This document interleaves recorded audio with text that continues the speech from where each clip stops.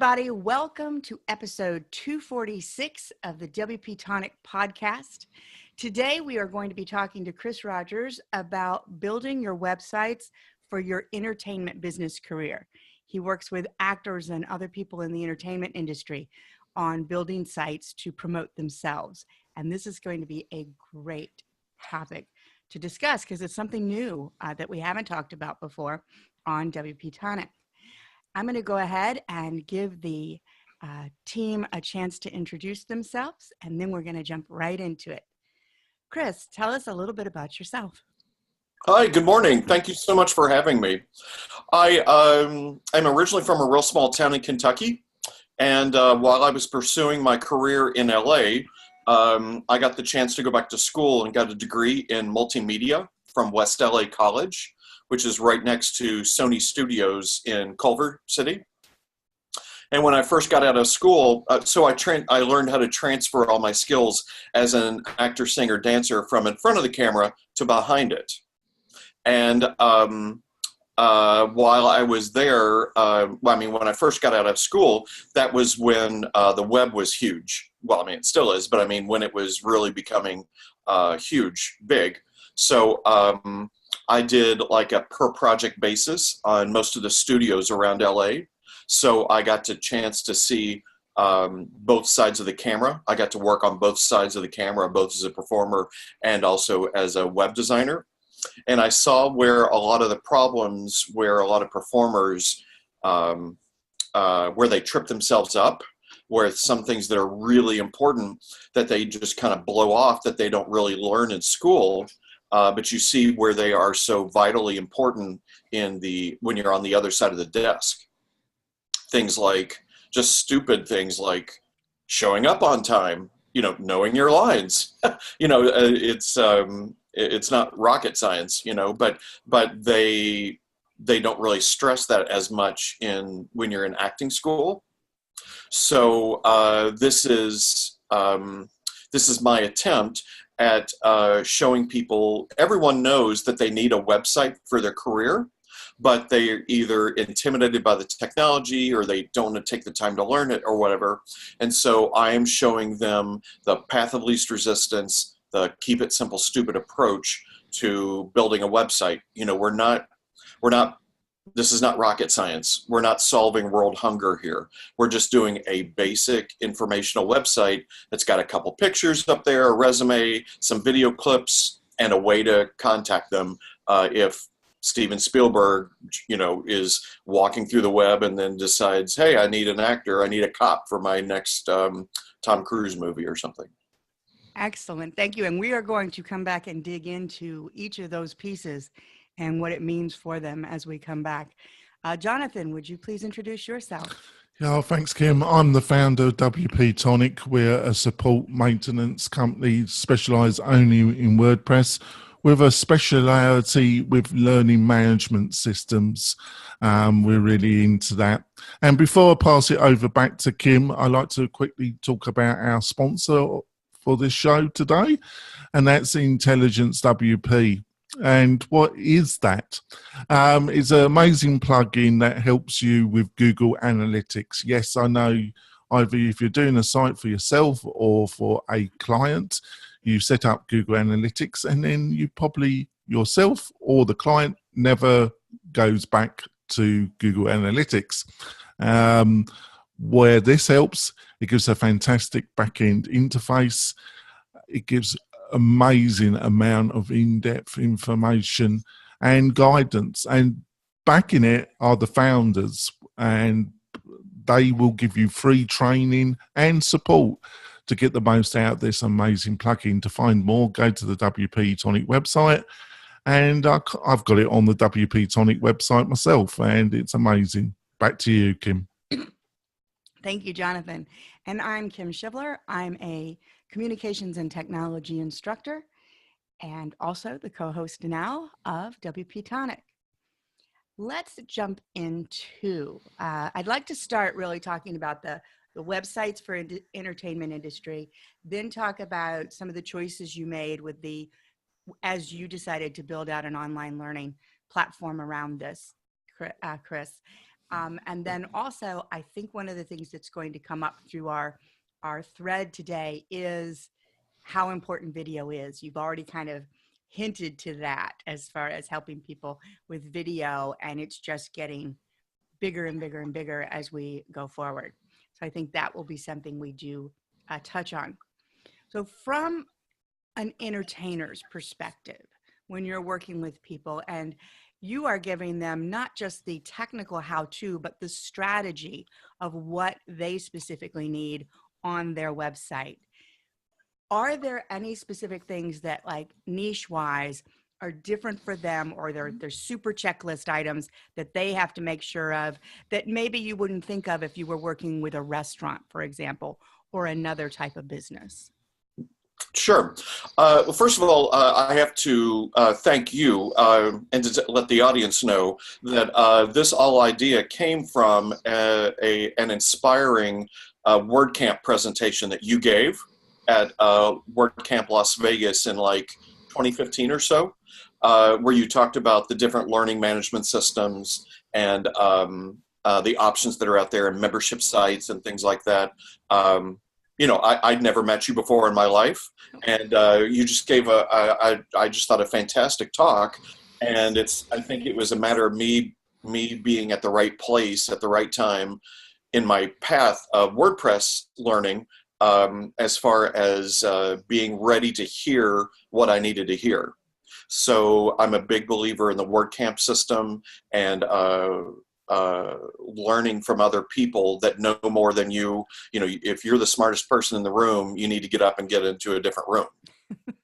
So the question about the differences between video and as far as I think with my thing that everybody in the business knows they need a website, but they're either intimidated by the technology or they don't want to take the time to learn it. What I found was that with a lot of the training that I would find, and there's some great stuff on YouTube, is that they make it so generic that it's so broad that they talk about so much that doesn't have any real world practical implications to what I'm trying to do as a performer. And also the website is not just for performers, although I anticipate probably 80% will be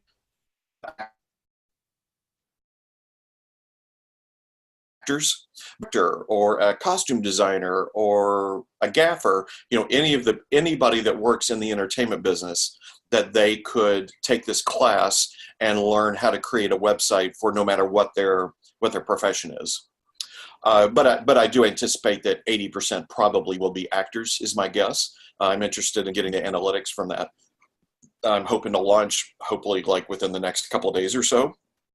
I want to have the website to be looked over by my web designer. I did all the content, but I had to get someone that is way more uber computer geek than I am in order to do all the super computer stuff, the super WordPress heavy stuff to help me with that.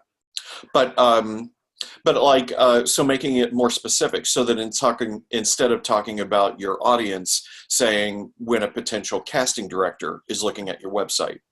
Mm-hmm. So like, you can't really do monetization on it. You know, that would be tacky. People do it, but it's not very business friendly. Linking, making sure that you have an IMDb presence, because that is the industry standard for everything in the business, as far as detailed information about your project or you as an actor or whatever. So like with social media, yes, Facebook and Twitter and Instagram, yeah, they're huge, but there's more of a emphasis on like your casting profiles, like on Actors Access or Casting Frontier or whatever.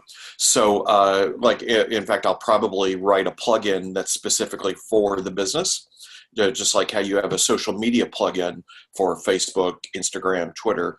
I'll probably do one for IMDb and Actors Access and all the different profiles that as a entertainment business, you have a profile up there. Nice. Okay, so there are very specific things then, as far as entertainers, that are going to be very different than just a generic WordPress. From a content perspective, I just picked up on something. This was not in my list of questions that I already had, but I picked up on it as you were saying it. As opposed to writing to a lot of times what we're thinking of as our business audience, you might be writing specifically to a casting director or Mm-hmm. that type of person. Are there any keys to copywriting that you would tweak for or help them tweak for that through your course? Sure. So the basic class, which is that should be launching in the next couple of days, we just go over the generalities of this is how you get a blog working. I don't talk about in the specifics in this class, but I do in the future will have a specific class for social media and blogging. But like you don't want to say anything negative. It's okay to have an opinion. Like, I love Kate Blanchett. I doubt I would ever say anything negative against her because she's just a fantastic actress. But there are other actors that, sometimes they're good, sometimes they're bad. So I like my reviews. I always post reviews for the SAG Award movies. Those will be coming out like the next couple of weeks or so. And unfortunately, there is, and it's a valid opinion, that you don't want to say anything negative about a movie. But then how do you review a movie without, you got to say the positive and the negative. So I always try to I try to do it from a positive perspective and say why this movie was so great. And then instead of saying like, oh, this guy sucked, how did he ever get cast? I would say something like, I've seen him better in other movies, such as A, B, C, D. Because unfortunately that does come back to bite you in the behind. Trying to make this PC here, because they do, casting directors and agents, they do go back and look at your social media profile. I've seen many people post in the actor Facebook groups that I belong to that when they're being interviewed for an agency, that to make sure there's no drunken horror pictures on their profile, or saying something like, I just worked with Amy Adams and she came to set drunk every day, or something crazy stupid like that. People do that because they're actors. They don't think about the long-term implications of what they're saying. So you could write it today, but then 2 years from now you are interviewing at the same agency that Amy Adams is at, and they would go back and they find that and they think, why would I ever want to represent an actor that would say something about someone as fabulously talented as Amy Adams? So that is a very real, that's a very real thing about, you have to tread that fine line between being honest and being an idiot. And then I know this is something that has happened to me because I'm a trainer and a strategist and I don't actually provide services anymore. Do you actually provide built for or done for you services? Or if not, do you have someone you've partnered with that you can send people to? Because some people just don't want to build their own site. They want people to at least get the structure for them, and then they could possibly blog or something else. Sure. And I'm sorry to go back to that previous point about never saying anything bad. Mm-hmm. But see, that's also part of the acting process, is that you have to have a coach or a director, somebody that you trust, because your acting is not always great. In fact, it's often bad.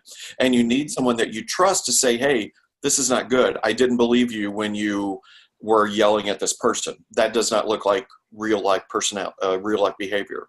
Mm-hmm. So you do need to learn when you're not good. And that's, so it's kind of the opposite of the acting process, because I'm known for being an honest person. I try to live with integrity. And if someone is not good, but you have to tell them in a constructive criticism kind of way. in a positive, constructive criticism kind of way. So I didn't mean that you never say anything bad.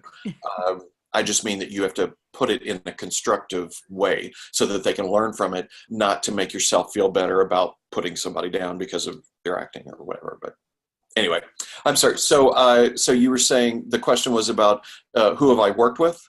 Well, no, it's actually, you're teaching now. You're teaching the entertainers how to do this.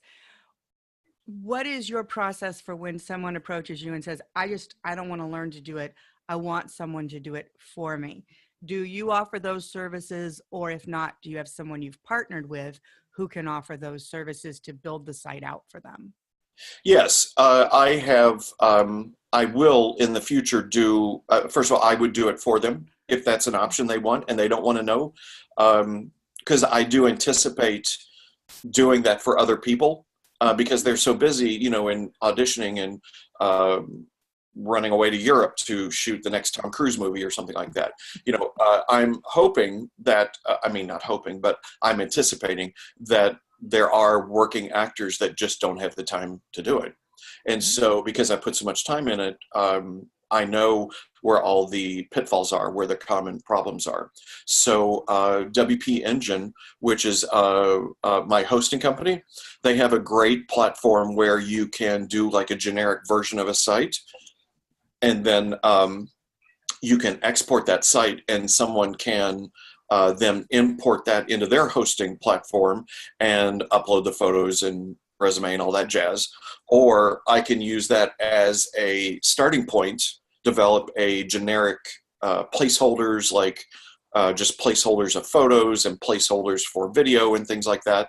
And then I plug in the individual person's information. That's another thing another service that I will offer. Okay, very nice. So then all they would do then is, going forward, if they want to, is doing a blog, like talking about their audition for 42nd Street or whatever so that every day they write something constructive, positive about their career, not, you know, I went to Starbucks and got a bagel today. I don't want to read that crap. You know, I don't want to do that. And casting directors don't want to read that crap either. Put that on Facebook with your kids. Right. Right. Well, first I want to thank you But if you bumped into Kate Blanchett, that would be something worth talking about. Yes, and absolutely. And give her my phone number. Yes, that would be absolutely. So thank you for the shout out to me. Yes, we met at that WordCamp and I was speaking about online courses. And I believe that you selected to use Sensei to deliver your training. Is that correct? But before that, Kim, before Chris answers that, we need to go for our break, folks. And we'll be back and Chris can answer that fascinating question in a few moments, folks. We'll be back in a few moments. We're coming back. We've had a great conversation with Chris. Hollywood meets WordPress. So go for it, Kim. Get your question answered. So yes, I remembered that you had selected Sensei to use for your LMS. And I was wondering, you know, what made you choose that? Were you already a WooCommerce shop, that type of thing?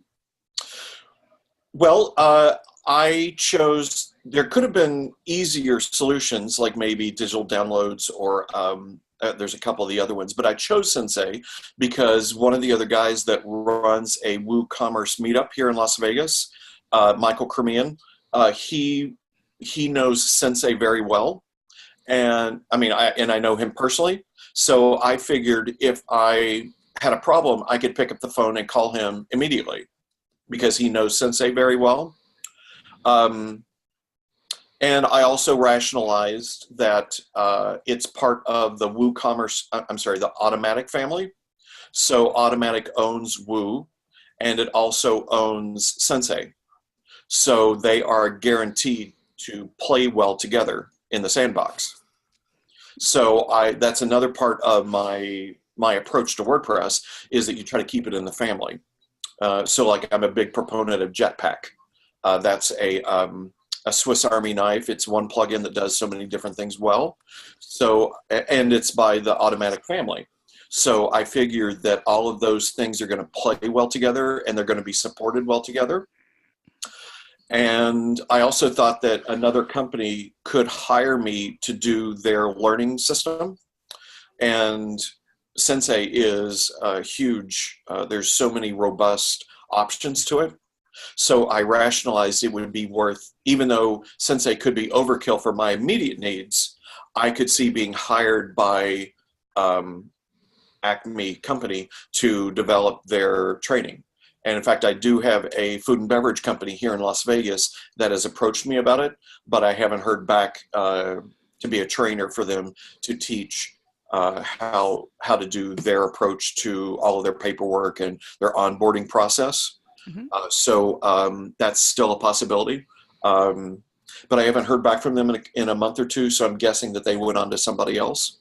But that's how I rationalized choosing Sensei over any of the other learning platforms. That actually makes a lot of sense. I would still circle back to them. I like follow-up.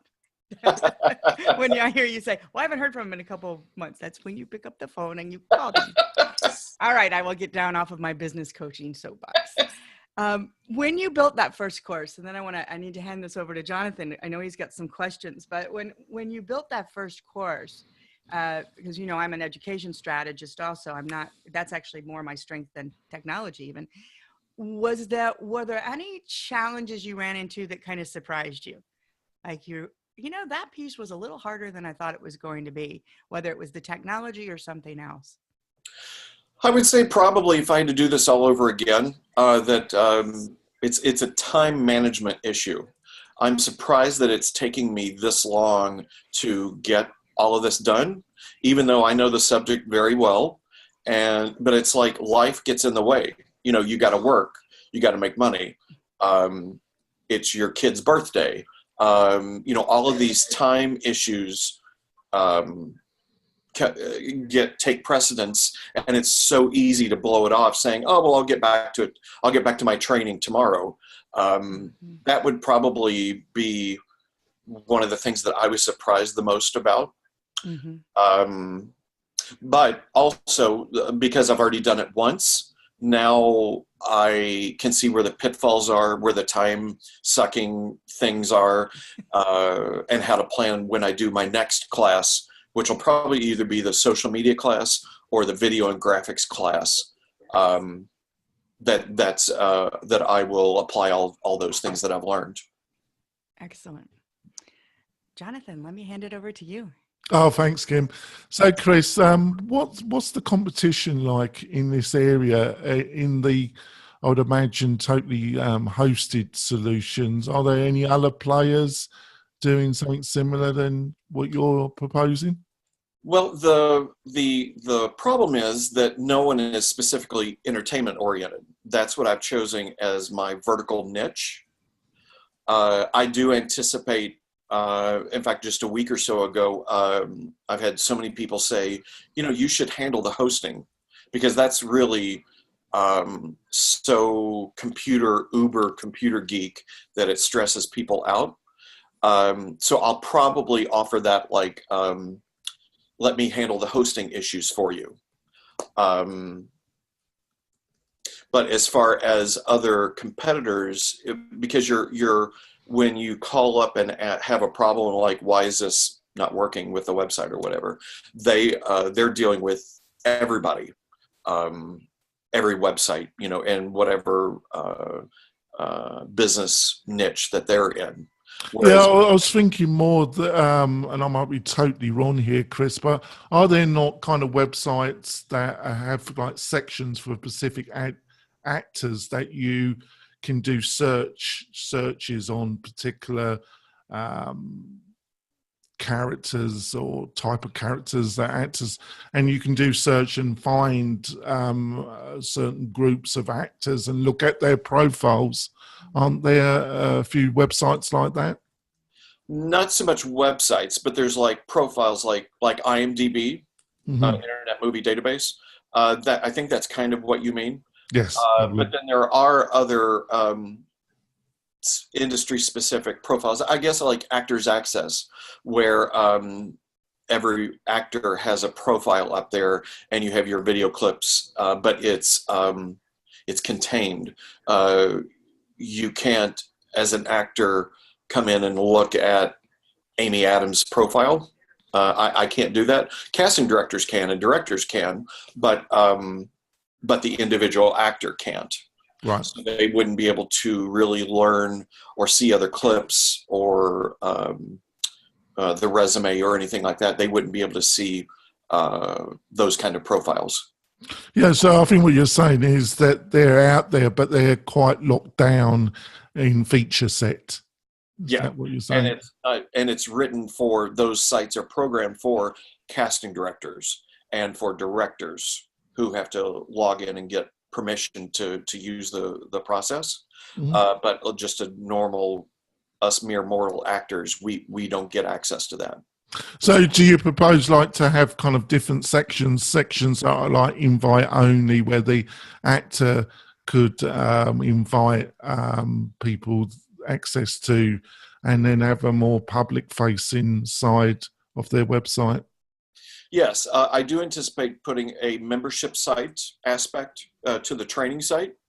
So it would kind of be like an actor could upload their headshot, and then everybody in the group and say, "Hey, what do you guys think about this new headshot?" And then people would give some feedback to it. Or what do you think about this new demo reel? Do you like if the reel is 3 minutes long and there's like 4 different scenes on there, do you think I should put the first one where I'm on Bosch? Should I put that in the middle, or should that go at the end? So getting some kind of very specific industry feedback. Yeah, that's where I plan to head in that direction, like in the next 6 months or so.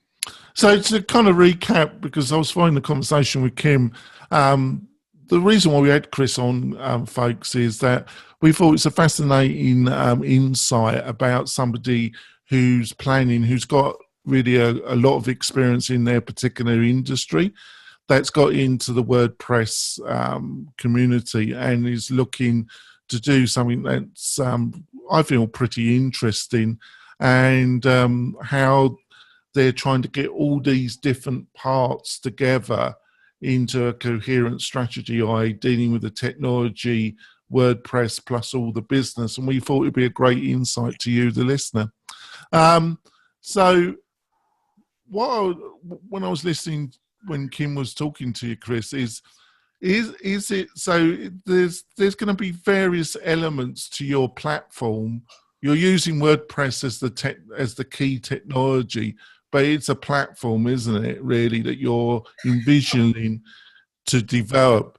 And it's got the website element, but also you're going to provide a lot of training, because what I think you're saying is people, yes, we get the website up, but they don't actually know what that really means to get an effective result.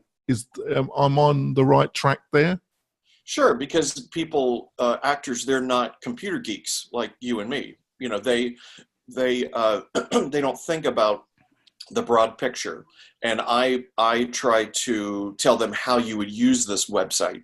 So I usually describe it as a hub that you put you upload your picture, your resume, some video, and all that. So it's all up there in this hub for you, and then you blast that central image out to your casting director, your agent, friends and family, your followers, things like that. And it's not something just kind of hodgepodge put together, but it's something that you're actually proud of and that you want to send people, because so many people are like, "Oh yeah, I've got a website, but it's not very good." And so I want to put together something that they are not just kind of okay with, but they're proud of and take ownership of, to blast out to everybody. So do you envision also offering, because you just said it would have a membership section. I think that was a little bit divorced to the thing I was talking about, where you have specific sections that are protected, which then the owner of that particular website could make public. So only certain people can view it. The membership site, are you envisioning then that not only do you build the website out for your client base, but you also offer a continuous education as a membership setup where you're continually giving updated information about how these actors should market themselves online. That is another way of looking at it. I had originally thought that there would be like 6 or 7 different classes that people could log in and take, like online classes, like a track on video and graphics. Like, say you did a movie with Tom Cruise. Now, how do you get that clip onto the website? Or a social media class, how to set up the different profiles for you as an actor, and then or blog. How do you blog? How do you write articles? How do you optimize it using Yoast? Things like that. There's like 5 or 6 different classes that I anticipated doing them like $99 for the whole class for like access for maybe a year is what I was thinking. But the other option would be doing it like on a monthly basis and have access to everything for like, $5 or $10 a month or so. That is another way of looking at it. I'm not sure which is the right direction to go yet, but that will take quite a bit of time to develop all of that content. So I probably would do the pay for it, and then you get access to it for like a year, because I can concentrate on that. And then I also have to update the other classes, like the basic class, the basic WordPress class. I'll have to update that, or I should, after January when the new WordPress comes out and possibly the new theme, the 2018 theme comes out. Yeah, so I think we're going to wrap it up for the podcast, folks. Well, if Chris is up for it, we'll probably do a kind of mind dump in the bonus content, and I'll put some ideas to Chris, things that he might not have considered. And I will hopefully, if he's up for that, have a really good conversation. Sure, I'd be glad to talk more about myself. Yeah, we're always up to that, are we?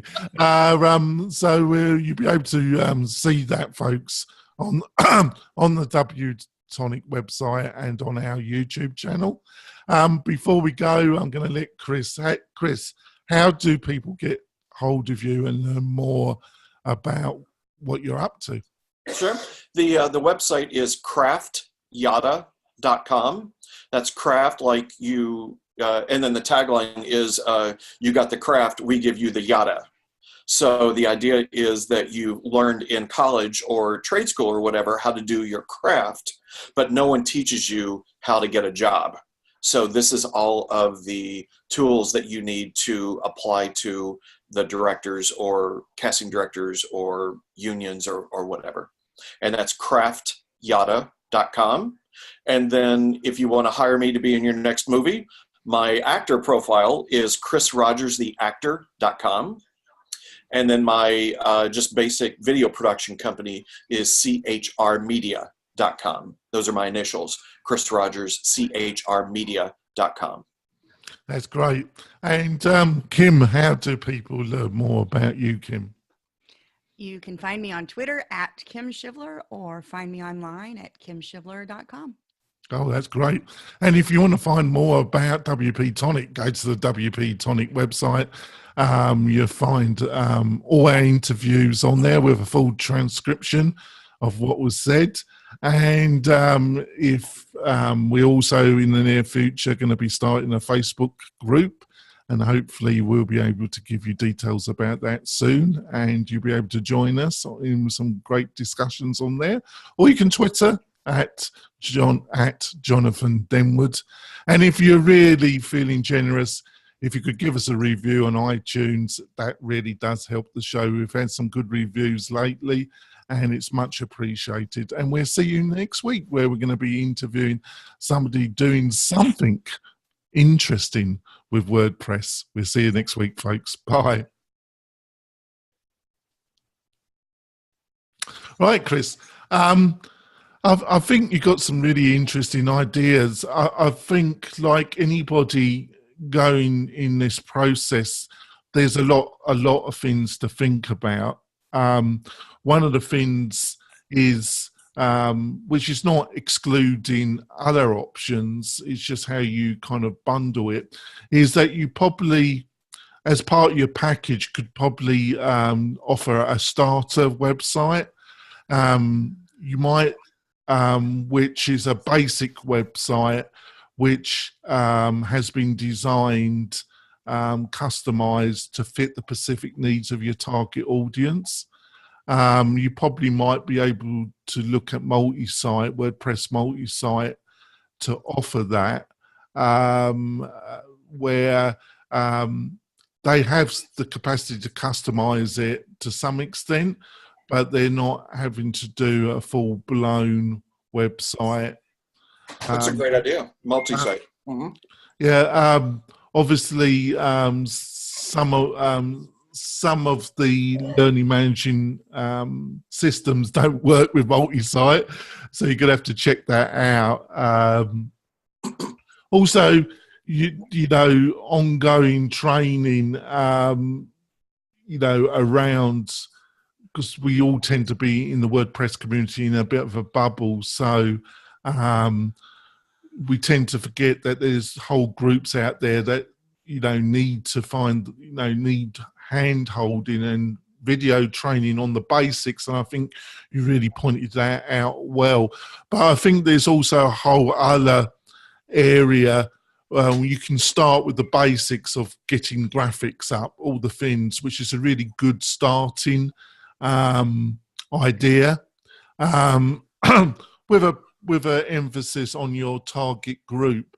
But then I think there's, after that, after you got that developed and you got that up and running and got good feedback about it, is that there's a whole other area of how do you keep that website alive, as I put it. How do you use it as a real tool to help that actor or actress promote themselves? And I think a lot of what you were hinting is a lot of people, that's what they really, not only do they struggle with the actual mechanics, but then they struggle with that second part. What do you think about that, Chris? That's a great idea, because a lot of people, not just people in the entertainment business, but just in general, they think of the website, okay, I put all this work into it, and now it's done. It's like it's set in concrete, and it's not. That's just the beginning. You have to update it. You have to refresh it. You have to put up new pictures, take down old ones, or talk about what you're doing next week. So that's a very real thing, that like it's not set in stone once you upload it to the web. Yeah. What do you think about this, Kim? Is this something that you regularly come across? Is people, your client base, have a tendency, because there is a lot of work initially in it, and there's always, oh, you know, we've got there, it's finished, you know, we don't, this has been a, you know, a demanding exercise, but that's not the real right mindset, is it, Kim? No, it's not. It definitely is a living, breathing thing. Your website is, and it needs to grow with you and change. And yeah, I would say one of the biggest things I still have with people, it's not even just that they're going to have continued content, that they're going to continue growing, but it's getting out of the mindset of this is not print. Mm-hmm. It is not print, you know, because I still get the people going, could we move it this far this way? And you're like, that's great on the screen you're looking at. Now let me show it to you on this screen and this screen. It doesn't work that way. It's not print. So it's a completely different mindset of it's not print, and it's a living organism, and it needs to keep growing. The other thing that I actually wanted to ask you about, Chris, because you also have a company that does video production, is I'm still seeing some people, I'm in my industry, as far as teaching and speaking, that are still they're still focused on headshots, which are so important, but they've forgotten how critical good video is also right now in the industry. And I don't just mean like, yes, just popping your phone up for a selfie video is fine, but really having professional video is, I find, much more important. I'd like your feedback on that. Sure. First of all, I want to say about that. I love that it's a living, breathing thing. I've never thought of it that way. I usually describe it as the pouring the water, and your content flows to whatever the size of the screen is. But I love that, thinking of it's a living, breathing thing. That's so Matrix. I really like that. Thank you. But then about the video, that's a real thing. You have to have high quality video. So usually you want to start with something that you did on Bosch or on CSI or whatever. You want to take a clip from that and put that up on your website. Then the next thing after that is where you actually tape a scene. But there are companies that will do that, but that's like cheating. I don't like that. I try to dissuade from that. But that being said, a lot of people do that, and they write scenes for themselves, or they say, I want a scene that shows me as a bartender or something like that. So yes, you can do that, but I don't personally like that. But everybody knows that they need to have video up there, but it's they're intimidated by it. They don't know how to get it done, and then once you do have the scene, then how do you get it up on the website? So this is my first step getting there. And I could do the video production company where, we create the scene for you, but that's in order to get it at that level, the professional quality level, that's a huge expense. And I don't want to go with my skills and spend my time going in that direction. I would rather be doing, because I don't like them to begin with. You can tell you can't compete against the machine, against the CSI or Bull or any of the other shows on TV. And what are the Bosch and CSI that you mentioned? What does that mean for people who? Like the show Bosch on Amazon, or CSI, the TV show CSI. Okay. So if you did a scene as the mechanic on CSI, you're like a 5 and under or something, that you would take that the lead, whoever's the lead in that version of CSI walks by and says, change my oil or whatever. And then you have like one line, yes, sir. Or do you want 10, 30 or 40, those kinds of simple, small little things. But you have to get that scene from the TV and then chop it down to just your clip and then upload that to your website. Yeah, I think the main thing you're trying to point out, Chris, is that I think was part of your conversation with Kim, is that obviously acting school is about learning the craft of acting. But when an actor, male or female, when they're in the industry, what they're not, and you're seeing this in a lot of artistic professions, is you see that in writing. Is that for a new writer, it's extremely difficult to get a publishing house to take on a new publisher. So increasingly, a lot of new authors are having to go down the self-publishing route, and they have to do their own marketing. Where I'm just surmising this, I love your feedback, is that is there in some ways the same thing happening in acting, where actor, main still probably is to some extent, is to get a good agent, but in some extent there's a lot more self-publicizing that a actress has to do now to get their foot in the door, really. Sure, that is a real thing going on in the industry. They do create their own web series, and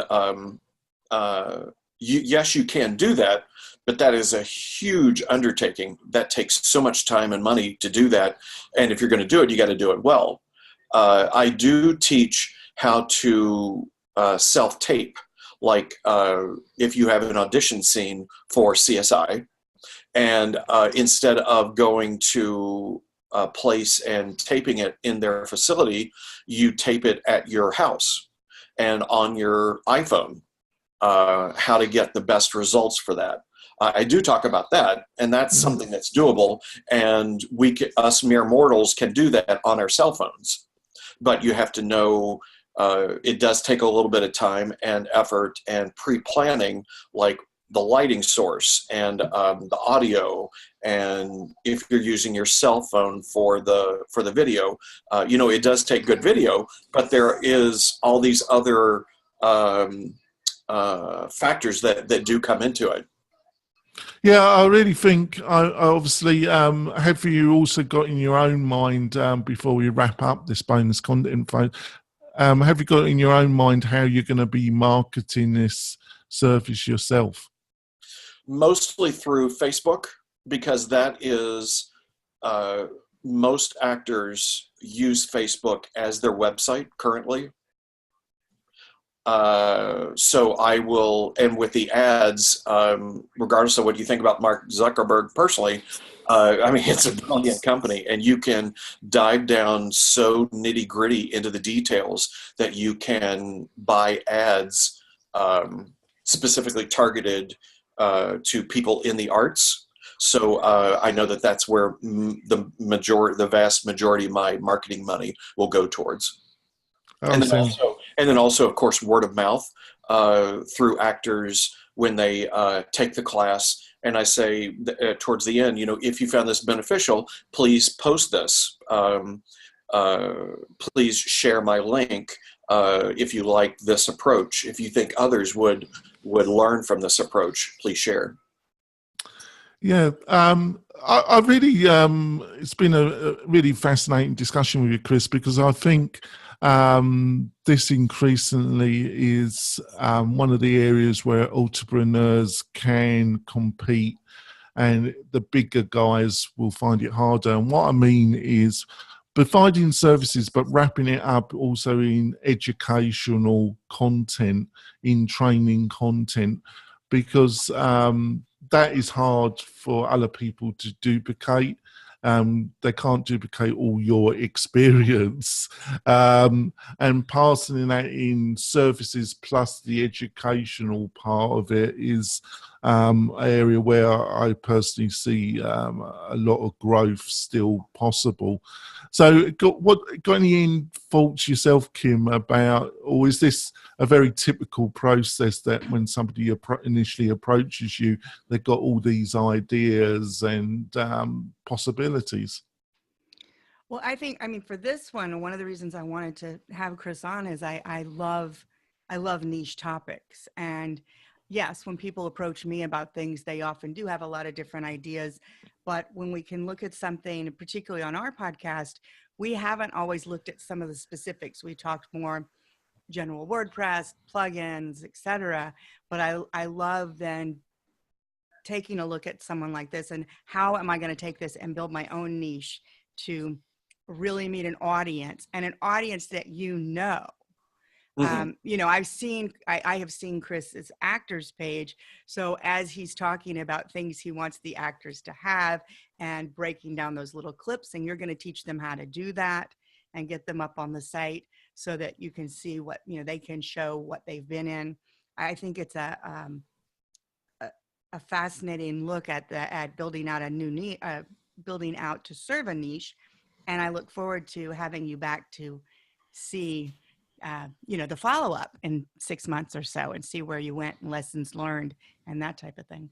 That would be great. Thank you. A big part of it is for me personally, is the integrity, because I work in both as an actor and in the IT world. So as an actor, you put your face out there, and I know I'm going to bump into people in my auditions that say, hey, I took your class and this is good or this is bad. So when I talk to, it's not like I'm going away after I do this, and if it doesn't go well, I still have to work as an actor. So this is such a small business, and people talk so much.